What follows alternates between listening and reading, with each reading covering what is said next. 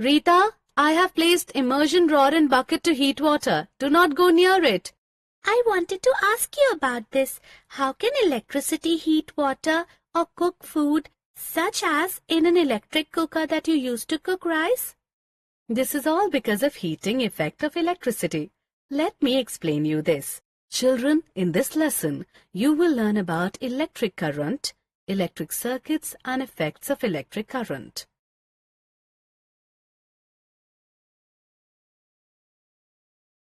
Objectives.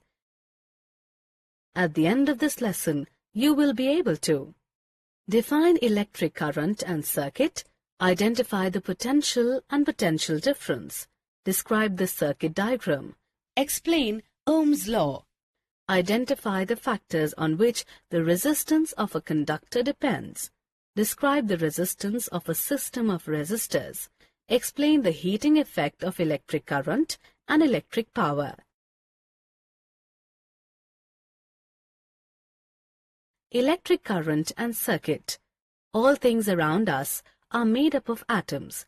Each has three particles, protons, neutrons and electrons. Electrons spin around the center of the atom and have a negative charge. Protons are in the center of atoms and have a positive charge.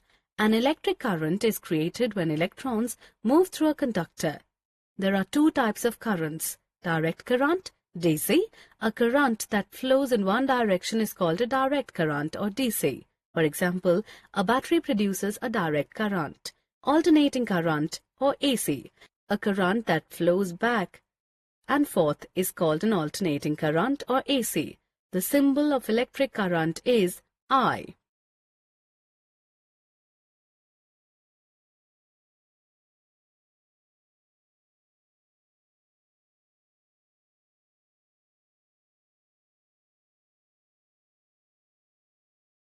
Electric potential and potential difference.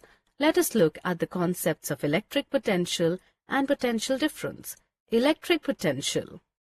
Electric potential is a scalar quantity denoted by E or V.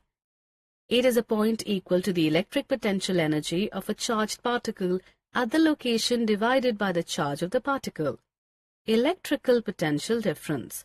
Electrical potential difference determines the direction of the flow of charge. For example, consider a pipe connected to a container through a stop cork. The quantity of water in the pipe is less than the quantity in the container. However, the level of water is higher in the pipe than the level in the container. When the stop cork is opened, the water begins to flow from the pipe to the container till the levels of water in both the pipe and the container are equal. This determines that it is not the quantity of water but the level of water which decides the direction of flow of water. It is the potential difference that is responsible for the flow of water.